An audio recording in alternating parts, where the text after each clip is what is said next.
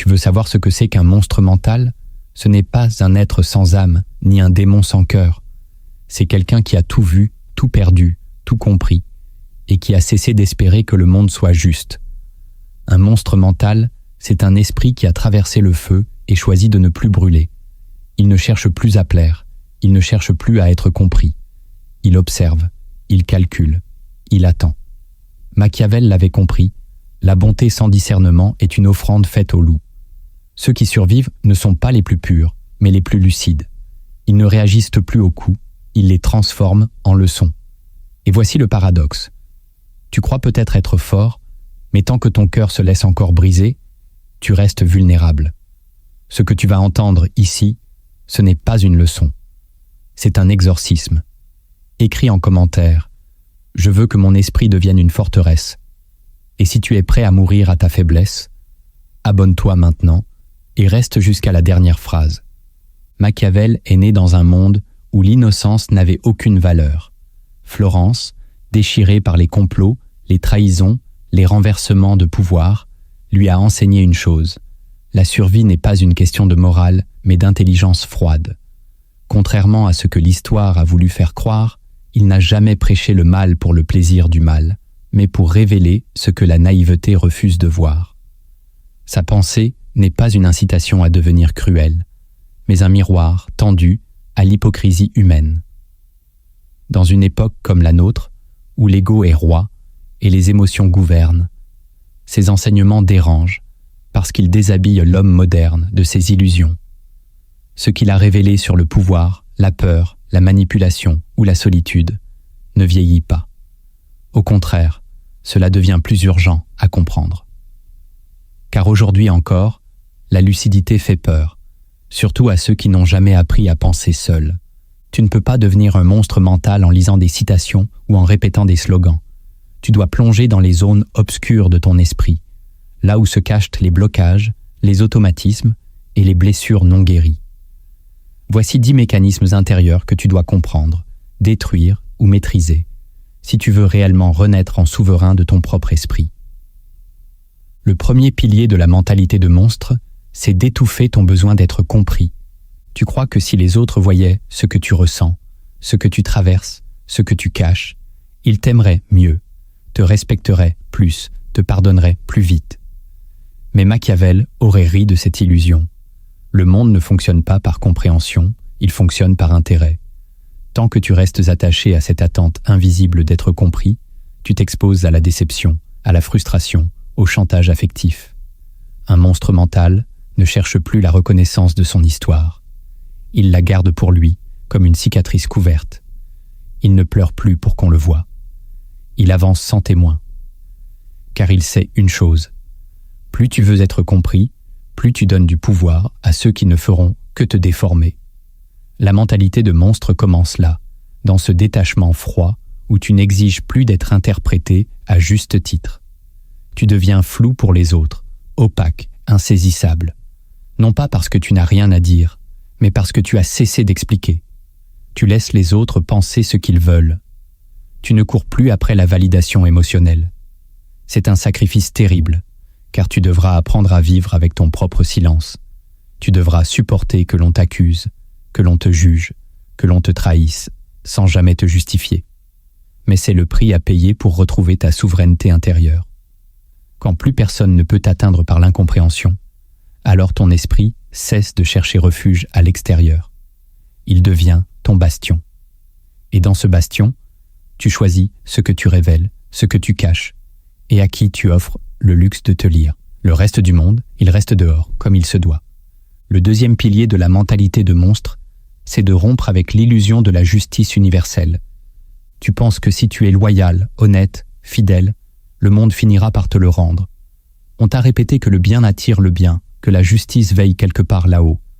Mais Machiavel a vu les justes mourir pauvres et les corrompus régner en paix. Il n'y a pas de loi sacrée dans les rouages du pouvoir. Il y a des rapports de force, des intérêts, des stratégies. Tant que tu vis en attendant que le monde te rende ce que tu lui offres, tu es enchaîné. Tu es gouverné par une attente morale qui te rend vulnérable. Le monstre mental, lui, ne cherche pas l'équité. Il agit selon la lucidité. Il ne fait pas le bien pour être récompensé. Il fait ce qui est nécessaire. Il comprend que la vie n'a pas de compte à rendre. Il avance sans rien attendre du ciel, ni des hommes. Ce renoncement est brutal, il fait mal. Tu dois tuer en toi l'enfant qui croyait à la justice cosmique. Mais c'est ce deuil qui libère. Car quand tu n'attends plus que les choses soient justes, tu commences à les rendre efficaces. Tu ne gaspilles plus ton énergie à t'indigner. Tu la canalises pour construire, même dans l'injustice. Et tu gagnes, non parce que tu as eu raison, mais parce que tu as compris les règles du jeu. Voilà ce que Machiavel savait. Le monde n'est pas fait pour récompenser les bons, il est fait pour servir ceux qui pensent. Si tu veux survivre, ne réclame plus la justice. Deviens ta propre loi. Le troisième pilier de la mentalité de monstre, c'est de maîtriser la froideur émotionnelle sans perdre ton discernement. Beaucoup pensent qu'éteindre leurs émotions suffit pour devenir invincibles. Ils deviennent durs, rigides, insensibles. Mais ce n'est pas de la maîtrise, c'est de l'amputation. Le monstre mental ne rejette pas ses émotions. Il les contient. Il les observe, les écoute, les décortique, mais ne leur obéit jamais. Il sait que la colère peut être utile, mais seulement si elle est dirigée. Que la tristesse a sa place, mais jamais au centre. Il transforme l'émotion en outil, pas en maître. Machiavel aurait dit « Ressens tout, mais ne montre rien ». Ce qui te fait mal aujourd'hui, tu dois l'apprendre. L'accepter, le regarder en face, puis l'enfermer dans une boîte intérieure dont toi seul as la clé. Être froid, ce n'est pas être mort. C'est être lucide. C'est ne pas paniquer quand tout brûle autour de toi. C'est répondre par le silence quand on te provoque. C'est maintenir ton cap alors que tout invite à te disperser. Mais attention, cette froideur doit être consciente. Elle ne doit pas te déshumaniser. Car un monstre mental qui devient insensible devient stupide. Il perd la finesse. Il oublie ce qui l'entoure. Le vrai pouvoir, c'est d'avoir un cœur que rien ne déforme, mais un regard qui voit tout. Si tu veux devenir cette force tranquille, tu dois discipliner ton monde intérieur. Tu ne t'interdis plus de ressentir, tu t'interdis simplement de te laisser guider par ce que tu ressens. Tu redeviens le capitaine de ton navire, et ton silence devient ton armure. Le quatrième pilier de la mentalité de monstre, c'est de choisir le silence comme stratégie, pas comme fuite. Se taire n'est pas toujours un signe de faiblesse, c'est parfois l'arme la plus redoutable. Le silence peut humilier, désarmer, dominer, neutraliser, mais il faut savoir le manier. Car beaucoup se taisent par peur, par honte, par épuisement. Leur silence est une défaite. Celui du monstre mental est un calcul. Machiavel l'avait compris, tout ce que tu dis peut être retourné contre toi. Toute parole peut devenir un piège. Le silence, lui, ne laisse aucune prise. Il est indéchiffrable. Il te rend dangereux parce que tu deviens imprévisible. Tu n'exposes plus tes intentions, tu laisses l'autre se perdre dans ses suppositions. C'est là que tu reprends le pouvoir. Le silence stratégique n'est pas un repli, c'est un masque. Il cache ce que tu sais, ce que tu veux, ce que tu prépares. Il protège ton monde intérieur. Mais pour y arriver, tu dois renoncer à l'envie de réagir, de te défendre, d'expliquer. Tu dois résister à l'ego blessé qui veut répondre. Tu dois apprendre à regarder le conflit sans y entrer. Ce silence-là demande du courage. Il demande une paix intérieure, construite sur le discernement. Tu ne te tais pas parce que tu es faible. Tu te tais parce que tu observes, parce que tu laisses l'autre se dévoiler. Et dans ce silence, tu gagnes du terrain. Tu inspires la crainte, la distance, le respect. Tu n'as plus besoin d'élever la voix. Tu deviens l'inconnu dans la pièce. Celui qu'on ne comprend pas, mais qu'on ne veut pas provoquer. Le cinquième pilier de la mentalité de monstre, c'est de neutraliser ton besoin de validation sociale. Tant que tu veux plaire, tu n'es pas libre. Tant que tu veux être admiré, reconnu, accepté, tu es prisonnier. Ce besoin de validation te pousse à trahir tes idées, à te censurer, à adopter des postures qui ne sont pas les tiennes. Tu deviens un reflet, pas une présence. Machiavel n'aurait pas toléré cela. Il savait que ceux qui cherchent à être aimés sont souvent ceux qui finissent trahis. Le monstre mental se construit quand tu arrêtes de mesurer ta valeur dans les yeux des autres. Tu deviens une entité intérieure, autonome, inébranlable. Ce processus est brutal. car il implique une forme de solitude. Tu vas perdre des regards, des compliments, des présences. Mais tu vas gagner un royaume, le tien. Et dans ce royaume, tu choisis ce qui a de la valeur, ce qui mérite ton énergie, ce qui mérite ton nom. Quand tu n'attends plus rien des autres, tu peux enfin tout leur refuser, sans haine, sans peur, sans bruit. Tu es devenu libre. Le 6e pilier de la mentalité de monstre, c'est de transformer tes souvenirs douloureux en levier de pouvoir. La plupart des gens fuient leurs souvenirs les plus sombres. Ils veulent t'oublier, ils veulent t'enterrer. Mais tout ce que tu refoules continue de te gouverner en silence. Tant que tu n'as pas regardé en face ce qui t'a brisé, tu restes fragile. Machiavel aurait dit « Chaque blessure non examinée devient une faille exploitable ». Le monstre mental fait l'inverse de l'homme ordinaire. Il revient sur ses cicatrices. Il ne les contemple pas avec regret, mais avec stratégie.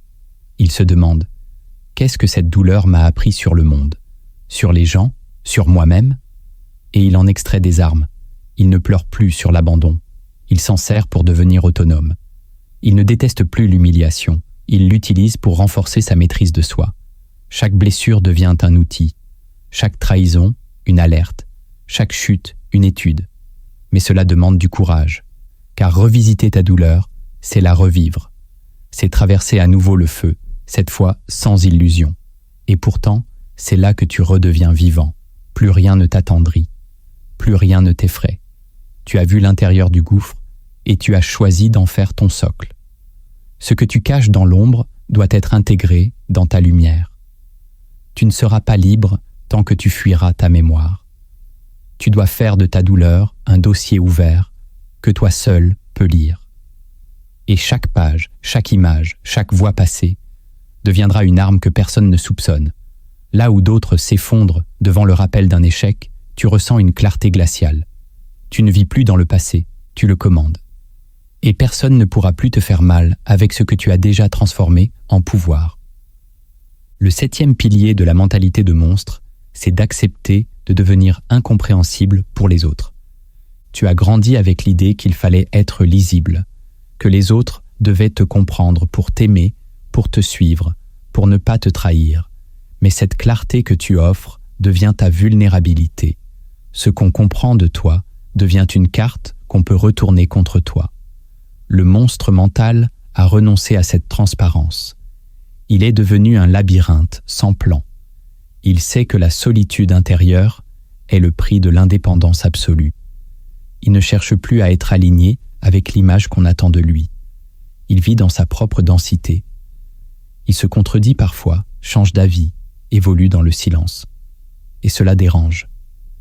Car les autres veulent que tu sois cohérent, simple, facile à étiqueter. Dès que tu échappes à leur grille de lecture, tu deviens suspect. Tant mieux. Machiavel n'a jamais voulu plaire. Il voulait comprendre et gouverner. Toi aussi, tu dois abandonner l'envie d'être compris. Tu dois aimer être mal interprété.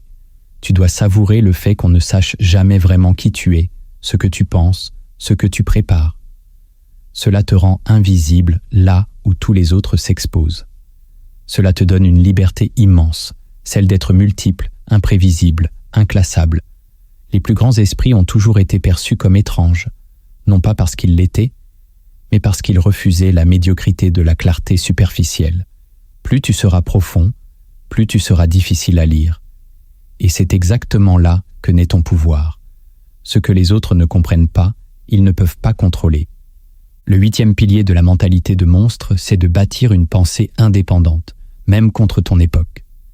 Tu vis dans un monde où penser par toi-même est un acte de guerre.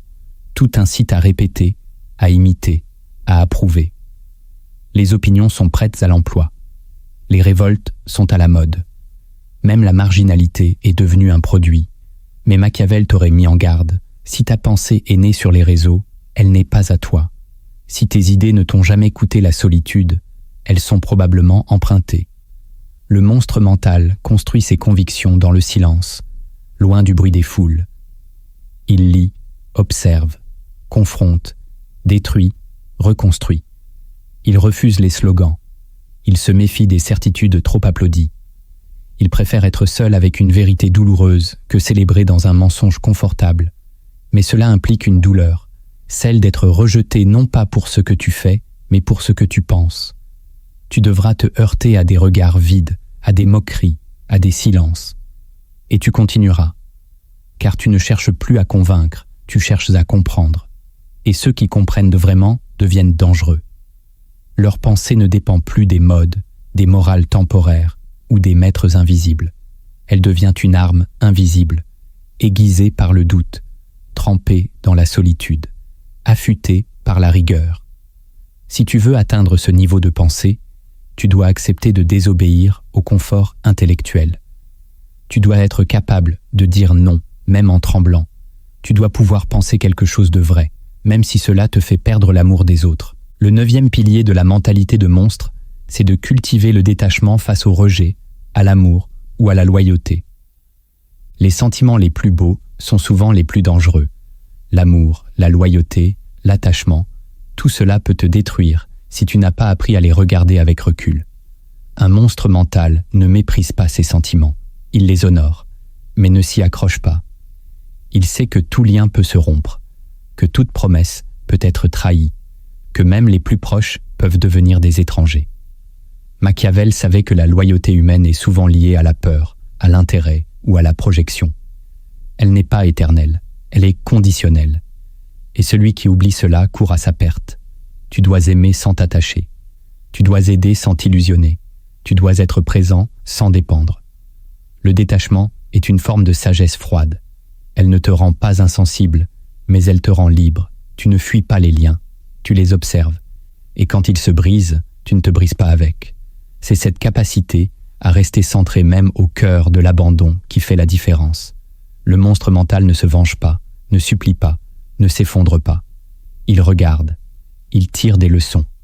Et il avance, seul s'il le faut, mais jamais vidé de lui-même. Si tu veux bâtir cette force, tu dois cesser d'attendre que l'autre te définisse. Tu dois aimer, oui, mais avec lucidité. Tu dois donner, mais sans t'appauvrir. Tu dois te lier, mais pouvoir te délier. Et cette capacité à tout perdre sans tout perdre fait de toi une forteresse.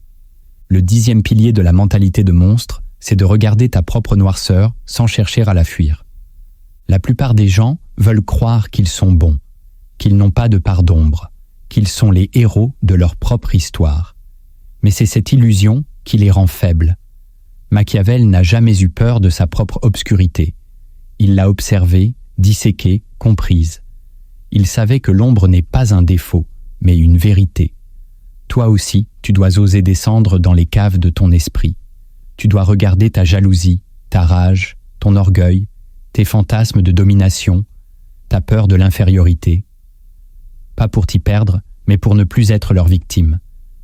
Ce que tu refuses de voir en toi finira toujours par te contrôler. Le monstre mental est celui qui sait explorer sans filtre. Il connaît ses failles, ses pulsions, ses poisons. Et parce qu'il les connaît, il peut les dominer. Il ne cherche pas à être parfait, il cherche à être lucide. Il ne veut pas se purifier, il veut se renforcer. La lumière authentique ne vient pas de la censure intérieure, mais de l'intégration. Si tu veux devenir intouchable, tu dois connaître ta propre part de ténèbres. Tu dois la nommer. Tu dois t'y asseoir. Tu dois être capable de dire « ceci aussi, c'est moi ». Et pourtant, je choisis autre chose. C'est à ce moment précis que tu deviens un monstre conscient, et donc libre. Une fois que les fondations sont posées, l'architecture intérieure peut enfin s'élever.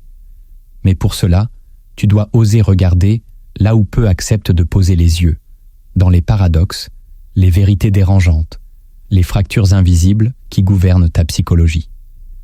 Ce qui suit ne t'apprendra pas à faire, mais à voir. Et ce que tu verras pourrait te changer à jamais. La première vérité dérangeante, c'est que ta souffrance t'arrange plus que tu ne le crois.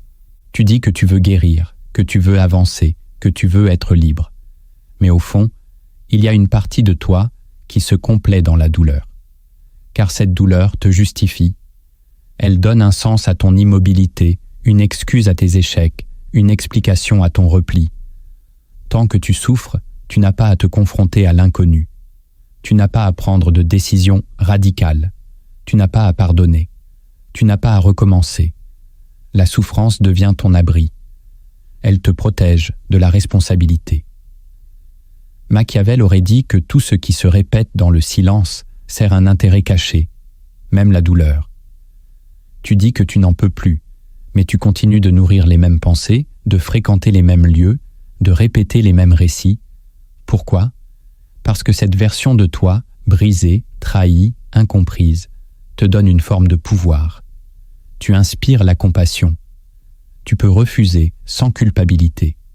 Tu n'as pas à changer puisque tu es blessé. C'est là que réside le piège. Tant que tu n'as pas décidé de sortir de ton propre labyrinthe, aucune lumière ne suffira. La douleur est légitime, mais elle n'est pas éternelle. Ce qui est éternel, c'est ta décision. Tu peux choisir de faire de cette douleur une arme ou un mur. Le monstre mental ne nie pas ce qu'il a souffert. Il l'intègre. Il ne laisse pas la douleur parler à sa place. Il en fait une langue secrète qu'il est le seul à comprendre. Et c'est pour cela qu'il devient inattaquable. Si tu veux être libre, demande-toi une seule chose. À quoi ma souffrance me sert-elle encore ? Et quand tu oseras lui retirer son utilité, elle commencera enfin à disparaître. La deuxième vérité dérangeante, c'est que tu préfères parfois l'échec à la liberté. L'échec a une chose que la liberté n'a pas. Il te donne un cadre. Quand tu échoues, tout est clair. Tu sais pourquoi tu souffres. Tu sais quoi blâmer. Tu sais quoi éviter. Mais la liberté, elle, ne te donne aucun manuel. Elle t'expose. Elle te force à créer, à choisir, à perdre parfois, sans explication. Et cette incertitude fait peur. Alors tu choisis inconsciemment de rester dans des cycles qui te détruisent, mais que tu connais. Tu restes dans des relations toxiques, parce que partir voudrait dire affronter l'inconnu. Tu restes dans un rôle médiocre, parce que réussir t'obligerait à tenir ta promesse envers toi-même. L'échec est une prison confortable. Il te permet de dire « ce n'est pas de ma faute ». Il te dispense de la discipline. Il te préserve du jugement. Machiavel aurait vu là une stratégie de survie mal orientée. Tu préfères le connu qui t'abîme à l'inconnu qui pourrait te libérer. Parce que la liberté, c'est l'absence d'alibi. C'est être face à soi-même, sans excuse, sans refuge. Et rares sont ceux qui supportent ce miroir. Le monstre mental, lui, n'attend pas que la peur disparaisse pour agir. Il traverse, il choisit le risque, il préfère l'inconfort de la grandeur à la sécurité de l'échec. Il sait que l'échec répété est parfois une forme de sabotage déguisé. Il l'interroge, il en extrait les règles, puis il les brise. Si tu veux changer, tu dois d'abord reconnaître que tu n'as pas tout fait pour réussir, et que parfois, c'est parce que tu n'en avais pas le courage. C'est brutal. Mais c'est à partir de là que tu redeviens souverain. Tu ne dis plus « je suis victime de mes circonstances ». Tu dis « j'ai contribué à mon enfermement ». Et cette phrase, bien qu'insupportable, contient déjà ta libération. La troisième vérité dérangeante, c'est que ton besoin d'aimer est souvent un besoin de fuir. Tu dis que tu cherches l'amour, que tu veux aimer profondément, sincèrement, totalement. Mais si tu regardes plus loin que les apparences, tu verras que ce besoin d'aimer cache autre chose, une fuite, une incapacité à te suffire, une angoisse face au vide. Tu veux remplir ce vide avec quelqu'un. Tu veux exister à travers l'autre. Aimer devient alors une façon de ne pas te rencontrer, de ne pas affronter ta solitude, de ne pas répondre aux questions que tu évites. Tu veux quelqu'un pour te réparer, te distraire, te valider, pas pour partager, mais pour combler. Et dans cette quête, tu es prêt à t'oublier, à te trahir, à sacrifier ta lucidité. Machiavel aurait vu là une forme d'aveuglement fatal, car l'amour qui naît de la peur n'est pas de l'amour. C'est une dépendance déguisée. Et cette dépendance, tôt ou tard, te rendra faible. Elle te mettra à genoux devant une personne qui ne t'a rien promis. Le monstre mental, lui, a fait la paix avec sa solitude. Il ne la remplit pas. Il l'habite. Et c'est de là qu'il peut aimer librement, sans possessivité, sans attente, sans besoin de contrôle. Il ne cherche pas à fusionner, mais à éclairer. Si tu veux aimer sans te perdre, tu dois d'abord apprendre à être seul, sans souffrir. Tu dois devenir un territoire habité, pas un désert à remplir. L'amour ne doit pas être ta bouée, mais ton extension. et cela change tout, car à partir de là, tu n'aimes plus pour guérir. Tu aimes parce que tu es déjà entier, et tu n'attires plus les fantômes, mais des âmes lucides. Tu veux aimer? Commence par arrêter de fuir. La 4e vérité dérangeante, c'est que ton discours intérieur est ton pire ennemi. Tu peux méditer, lire des livres, écouter les plus grands penseurs, mais tant que la voix dans ta tête te parle comme un bourreau, tu restes prisonnier. Cette voix te juge, te rabaisse, te compare, t'épuise. Elle te répète des phrases que tu crois neutres, mais qui sapent chaque jour ta vitalité. Je ne suis pas assez bon. Je suis toujours en retard. Je n'y arriverai jamais. Tu crois que c'est toi qui penses, mais ce sont des enregistrements, des empreintes de blessures, de critiques, de conditionnements. Machiavel aurait dit que la pire tyrannie est celle qu'on ne reconnaît pas. Et ta voix intérieure est peut-être le tyran le plus efficace que tu n'aies jamais servi. Tu peux t'habiller en guerrier, t'entraîner, planifier. Si ton discours intérieur est toxique, tout s'effondrera. Le monstre mental surveille ses pensées comme un territoire sacré. Il ne laisse rien entrer qui puisse le fragiliser. Il parle à lui-même avec rigueur, mais jamais avec cruauté. Il se corrige, mais ne s'insulte pas. Il doute, mais ne se détruit pas. Si tu veux changer de vie, commence par changer la manière dont tu te parles. Écoute-toi, analyse les mots que tu utilises. Remplace la plainte par la précision, le mépris par la stratégie, le désespoir par le silence. Tu n'es pas obligé de croire tout ce que tu penses, et tu n'es pas obligé de répéter ce que d'autres t'ont inculqué. La voix intérieure est un outil, tu peux la dompter, tu peux la réécrire, et ce jour-là, tu verras que ton pire ennemi n'était qu'un mauvais programme que tu avais oublié de désinstaller. La 5e vérité dérangeante, c'est que ta lumière attire aussi les prédateurs. Tu crois que ta bonté va t'attirer de la paix, que ton rayonnement intérieur va séduire les âmes pures. Mais la réalité est plus trouble. Plus tu brilles, plus tu attires les ténèbres. Car ceux qui vivent dans la confusion sont instinctivement attirés par ceux qui portent une clarté qu'ils ne comprennent pas. Ils veulent cette lumière, pas pour la célébrer, mais pour la consommer. Machiavel aurait vu là un phénomène naturel. Toute puissance attire la prédation. Toute lumière attire le danger. Tu veux être aimé pour ta sensibilité, mais c'est justement elle qui t'expose. Tu veux guérir les autres, mais certains veulent te voler, te vider, te salir. Le monstre mental n'éteint pas sa lumière. Il apprend à la protéger. Il ne s'expose pas partout. Il ne partage pas tout. Il sait lire les intentions derrière les regards. Il sent quand une présence est toxique, même si elle est polie. Il n'ouvre plus son monde à ceux qui ne savent pas en prendre soin. Tu dois apprendre cela. Tu dois cesser de croire que tout le monde mérite ton énergie. Tu dois choisir, filtrer, t'entourer de ceux qui comprennent le prix du silence, de la loyauté, du respect. Et cela te demandera de dire non, de fermer des portes, de disparaître de certains cercles. Mais c'est à ce prix que tu préserveras ta lumière. Car si tu ne protèges pas ton feu, il se consumera. Et il ne restera de toi que des cendres, que d'autres fouleront sans même regarder. La 6e vérité dérangeante, c'est que tu trahis souvent ta propre conscience en silence. Tu parles de principes, de valeurs, de vérité. Tu dis que tu veux être aligné, que tu refuses l'hypocrisie, que tu marches avec droiture. Mais au fond, tu sais que tu te trahis, pas forcément dans de grandes décisions, mais dans les détails. Ces petites concessions que tu fais chaque jour. Ces silences que tu laisses passer quand il faudrait parler. Ces actions que tu poses alors que tu sais qu'elles contredisent ta propre voix intérieure. Et tu te justifies, ce n'est rien, tout le monde le fait, je n'ai pas le choix. Mais chaque micro-trahison laisse une fissure. Chaque fois que tu ne respectes pas ce que tu sais être juste, ton âme s'éloigne un peu plus de toi. Tu perds ton axe. Machiavel n'aurait pas demandé la vertu, il aurait demandé la cohérence. Car un esprit divisé est un esprit faible. Tu peux être dur avec les autres, mais si tu es mou avec toi-même, tu perds en silence. Le monstre mental ne cherche pas à être parfait, il cherche à être entier. Il n'est pas moraliste, il est loyal envers sa propre conscience. Et cela veut dire parfois prendre des décisions douloureuses, couper des liens, refuser des opportunités, se tenir debout dans le vide. Mais ce prix-là est moins élevé que celui de la division intérieure.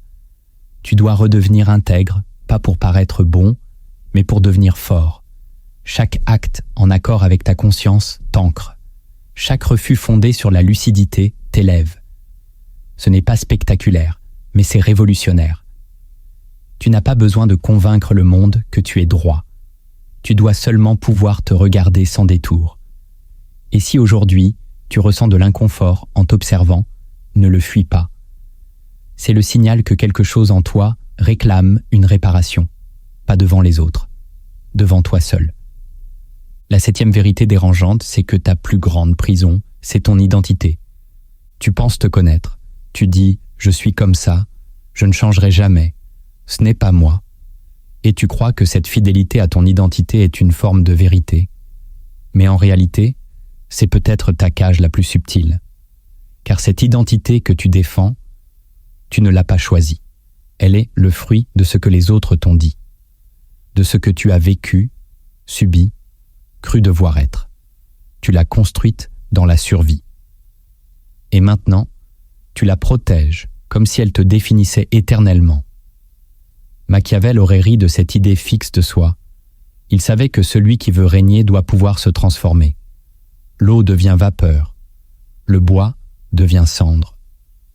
Et toi, tu restes figé, tu veux évoluer, mais sans renoncer à l'image que tu as de toi-même.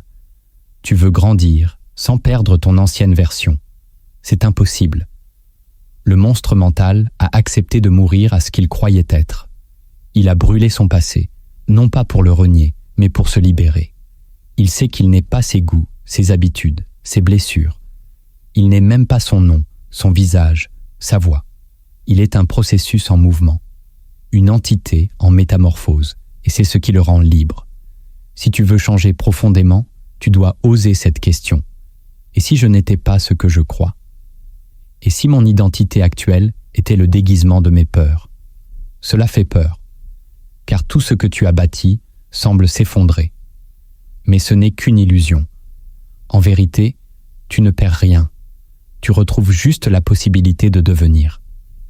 Et cette possibilité est le plus grand luxe du monde. Ne défends plus une identité qui t'étouffe. Dépasse-la, réinvente-toi et deviens ce que personne n'avait prévu. Comprendre ne suffit pas. Si tu veux réellement devenir un monstre mental, tu dois agir. Pas dans la violence, mais dans la discipline. Pas dans l'agitation, mais dans la précision. Voici 7 techniques de transformation radicale. Elles ne sont pas confortables, mais elles fonctionnent. Si tu les appliques, ton esprit cessera de réagir et commencera à régner. La première technique, c'est l'entraînement à la rupture volontaire. Tu as été programmé pour t'attacher, pour maintenir les liens, pour préserver les habitudes. Même lorsque ces liens t'étouffent, même lorsque ces habitudes te sabotent, tu restes, parce que partir fait mal. Le monstre mental fait exactement l'inverse. Il s'entraîne à rompre, volontairement, concrètement, stratégiquement. Il identifie un attachement inutile, un confort toxique, une habitude molle, et il la coupe. Pas parce qu'il y est forcé, parce qu'il le décide. Et c'est cette décision libre, radicale, qui provoque une mutation. Tu dois choisir un domaine dans ta vie où tu continues par automatisme. Une relation stérile, une distraction qui te dilue, un lieu qui t'abaisse, un vêtement qui ne t'honore plus. Et tu romps, sans t'expliquer, sans supplier, sans attendre que l'autre comprenne. Tu coupes pour te retrouver. Cette rupture volontaire est un acte de souveraineté mentale. Elle te prouve que tu n'es plus l'esclave de tes habitudes, ni des chaînes invisibles que tu traînes depuis l'enfance. Elle te plonge dans le vide, et ce vide est nécessaire. C'est là que tu redécouvres ton axe. C'est là que tu entends enfin ta voix intérieure, sans les parasites. Machiavel aurait appelé cela une purge du territoire. Tu ne peux pas construire une nouvelle puissance sur les décombres d'un attachement pourri. Tu dois faire place. Et cette place ne se libère que par l'acte. Ne cherche pas la bonne occasion. Ne cherche pas le bon moment. Crée-le. Aujourd'hui, maintenant. Même si ça fait mal. Surtout si ça fait mal. Car ce que tu veux fuir est exactement ce que tu dois trancher. Et quand tu le feras, tu ne seras plus tout à fait le même. Tu auras vu que tu peux survivre à ce que tu croyais vital. Et c'est à partir de là que tu deviens dangereux. La deuxième technique, c'est la pratique du silence stratégique total pendant 7 jours. Tu parles trop. Même quand tu crois être discret, tu te révèles sans t'en rendre compte. Chaque mot, chaque justification, chaque explication te dépouille. Les autres apprennent à te lire, à te manipuler, à te ranger. Le monstre mental se forme dans le silence. Pas un silence passif, mais un silence tactique. Pendant 7 jours, tu vas t'imposer une règle stricte. Ne rien dire qui ne soit absolument nécessaire. Ni défense, ni commentaire, ni plainte, ni partage émotionnel. Tu ne disparais pas. Tu observes. Tu es là, mais tu retiens. Tu écoutes le monde. Tu lis les réactions. Tu analyses les dynamiques. Tu laisses les autres combler le vide de ton absence verbale. Et là, tu verras des choses que tu n'avais jamais vues. Des vérités vont apparaître dans les silences mal à l'aise des autres. Tu sentiras le pouvoir de l'énigme. Tu goûteras à l'impact de l'invisibilité partielle. Et tu comprendras une chose que Machiavel savait. Le silence est une forme de domination. Il désoriente. Il perturbe. Il oblige l'autre à se dévoiler davantage. Cette pratique te forcera à maîtriser ton impulsion la plus primaire, le besoin de t'expliquer. Tu découvriras que le monde continue de tourner sans tes commentaires. Et qu'en disant moins, tu dis plus. Tu économiseras ton énergie mentale. Tu gagneras en clarté. Mais surtout, tu redeviendras le maître de ton langage. Celui qui peut se taire peut tout dire. Celui qui doit parler tout le temps ne dit plus rien d'important. 7 jours, rien qu'une semaine. Et pourtant, si tu le fais avec sincérité, tu ne reviendras jamais en arrière. Tu sentiras le poids de chaque mot. Tu choisiras tes silences comme des armes. Et ce silence intérieur deviendra une base solide, une fondation inébranlable. Tu ne seras plus réactif, tu seras stratégique. La troisième technique, c'est l'écriture du livre intérieur interdit. Il y a un livre que tu n'as jamais osé écrire. Il est en toi depuis des années. Il contient tes pensées les plus brutes, tes fantasmes les plus inavouables, tes blessures non cicatrisées, tes colères anciennes. Tu ne l'as jamais écrit parce que tu as peur. Peur de ce que tu vas y trouver, peur de ce que cela dit de toi. Mais ce livre est ton miroir le plus honnête, et tant qu'il reste non écrit, tu restes divisé. Le monstre mental ne fuit pas sa vérité intérieure. Il l'extrait, mot après mot, dans la solitude. Prends un carnet, un document numérique, n'importe quoi, et commence à écrire, chaque jour, sans censure. Ne te demande pas si c'est bien, ne cherche pas à être compris. Tu écris ce que tu penses, ce que tu ressens, ce que tu ne dis jamais. Même si c'est laid, même si c'est dérangeant, surtout si ça l'est. Tu écris pour te libérer, pour déposer, pour mettre à nu la mécanique de ton esprit. Et tu ne montres ce livre à personne. Il est interdit, il n'est qu'à toi, mais c'est lui qui va te révéler. Car au bout de quelques pages, tu verras surgir des schémas, des vérités, des obsessions. Tu comprendras pourquoi tu te répètes, pourquoi tu t'auto-sabotes, pourquoi tu cherches ce que tu dis fuir. Et dans cet éclairage, tu pourras commencer à reprogrammer ta pensée. Machiavel disait que l'on ne peut gouverner un peuple qu'en le connaissant. Et toi, tu es ton premier peuple. Connais-toi dans ta laideur et tu seras libre. Écris ton livre interdit, même s'il fait peur, surtout s'il fait peur, car ce qui t'effraie contient souvent la clé de ta métamorphose. La quatrième technique, c'est la désintoxication émotionnelle ciblée. Ton esprit est saturé, trop d'images, trop de voix, trop de récits qui ne sont pas les tiens. Tu penses que tu réfléchis, mais tu es traversé par des émotions qui ne t'appartiennent même pas. La peur collective, le stress des réseaux, la jalousie des écrans, la colère des autres. Tu es un récepteur non protégé. Et cette exposition constante t'affaiblit. Machiavel aurait dit « Si ton champ est infesté, ne te plains pas de la mauvaise récolte. Tu dois nettoyer ton champ mental. Pendant une période définie, 7, 14 ou 30 jours, tu vas choisir une source majeure de contamination émotionnelle et tu vas l'éliminer, radicalement.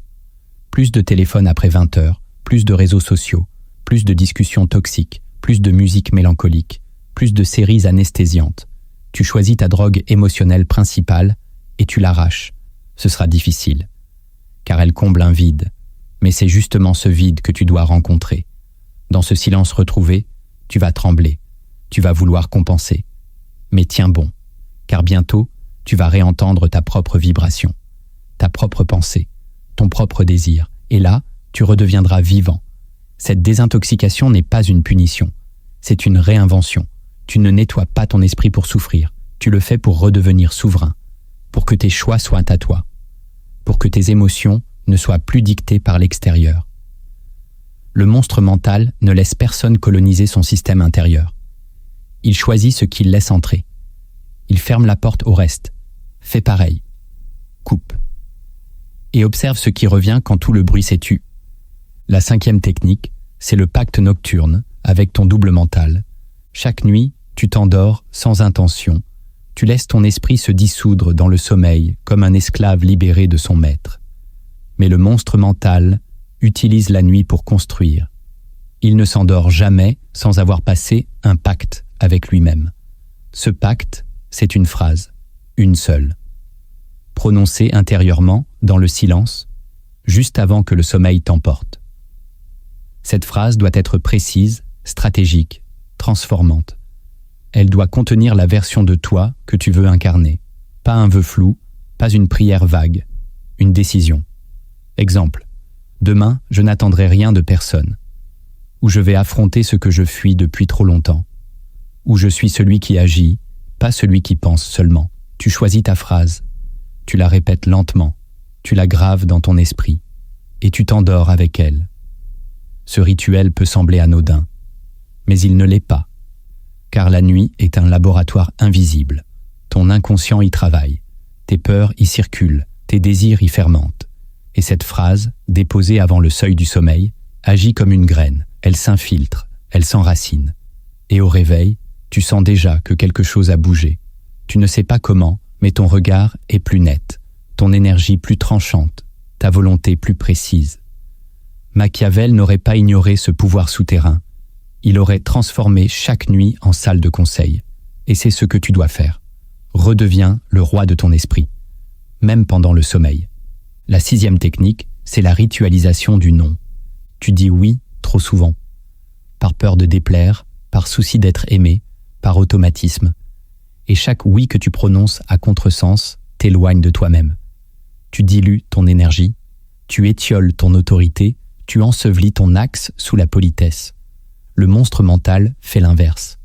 Il transforme le non en rituel. Il en fait un acte sacré, une affirmation de souveraineté.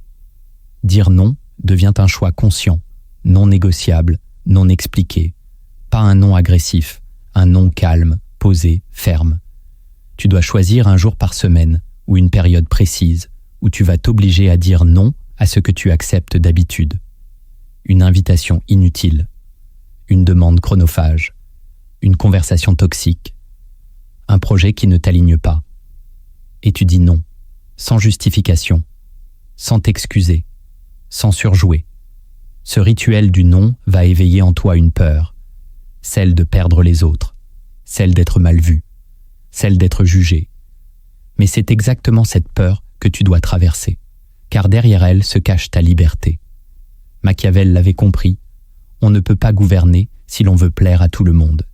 Et tu ne peux pas régner sur ton esprit si tu continues de vendre ton temps au plus offrant. Dire non, c'est dessiner ton territoire.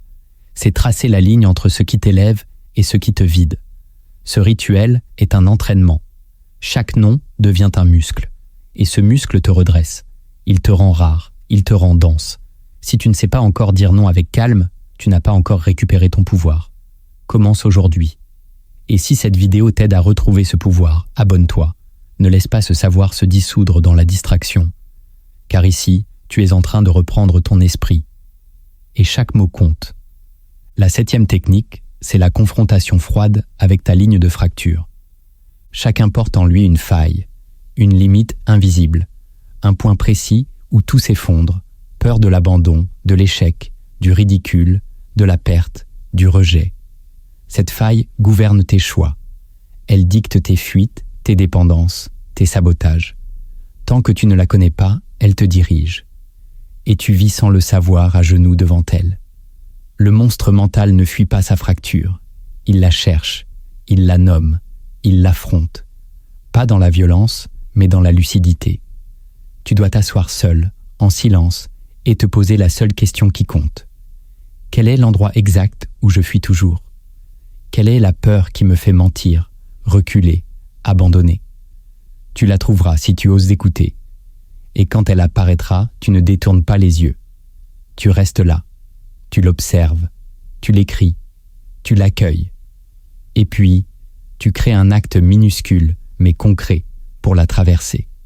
Un appel que tu redoutes, une vérité que tu tais, un projet que tu retardes. Tu l'accomplis, lentement, consciencieusement. Tu ne seras pas guéri tout de suite, mais tu auras repris du terrain. Machiavel l'aurait décrit comme une conquête invisible, celle de ton royaume intérieur. Car ton esprit est une terre, et chaque confrontation avec ta peur en est une libération. Ne cherche pas à la supprimer, domine-la et transforme-la. À force de revenir à cet endroit, tu verras que ce qui te terrifiait devient ton point d'impact. Tu n'es plus le prisonnier de ta fracture, tu en es le maître. Et c'est à ce moment précis que ton regard change, que ton énergie change, que ton aura change, car tu n'agis plus pour fuir ta peur, tu agis malgré elle. Et c'est là que commence la vraie puissance. Tu as écouté ces mots, tu as traversé chaque pilier, chaque vérité, chaque technique. Et maintenant, la question n'est plus « que vas-tu faire ?» La vraie question, c'est « qui es-tu prêt à devenir ?» La mentalité de monstre n'est pas un fantasme de domination. Ce n'est pas une revanche sur le monde. Ce n'est pas un masque pour cacher ta douleur. C'est une reconstruction radicale, une renaissance silencieuse, une décision invisible prise dans l'intimité de ton esprit. Elle commence le jour où tu cesses de demander la permission d'exister et où tu poses ton autorité sans bruit, pas sur les autres, sur toi-même. Tu as appris à étouffer ton besoin d'être compris, à rompre avec les illusions qui t'adoucissent, à te taire pour observer, à choisir la froideur comme clarté, à dire non comme on trace une frontière. Tu as vu que même ta lumière peut attirer des prédateurs, que parfois tu préfères rester dans l'échec plutôt que d'entrer dans l'inconnu, et que la souffrance, si elle n'est pas transformée, devient un piège doré. Tu as compris que ton esprit peut être ton bourreau si tu ne le maîtrises pas, que ton identité actuelle peut être la prison que tu défends avec le plus de zèle, et que ta fracture intérieure, tant qu'elle reste secrète, te gouverne en silence. Mais comprendre ne suffit pas. Tu dois incarner, tu dois appliquer, tu dois expérimenter, et cela demande du temps, de l'honnêteté, de la solitude. Ce que tu fais dans l'ombre devient ta vraie nature. Ce que tu fais sans en parler devient ta force. Machiavel n'était pas un maître de surface. Il était un alchimiste du réel. Il ne t'aurait pas dit comment briller. Il t'aurait dit comment survivre, comment durer, comment tenir. Et dans ce monde où tout est rapide, visible, émotionnel, la rareté, c'est la stabilité, la profondeur, le silence stratégique, le sang-froid. Tu n'as pas besoin de devenir froid, cynique ou cruel. Tu as besoin de devenir entier. Et pour cela, tu dois traverser ton propre chaos sans chercher à le nier. La vraie puissance, ce n'est pas de contrôler les autres, c'est de ne plus être contrôlé par tes propres failles. Tu n'as pas besoin d'être compris, aimé, suivi, tu as besoin d'être clair avec toi-même. C'est cela, le vrai luxe intérieur. Et personne ne pourra te l'offrir. Tu dois l'arracher. Alors maintenant, regarde ta vie. Observe sans trembler. Où est-ce que tu as laissé la peur décider pour toi? Où est-ce que tu t'es trahi? Où as-tu dit oui alors que ton âme criait non? Quelle version de toi doit mourir pour qu'une autre voie le jour?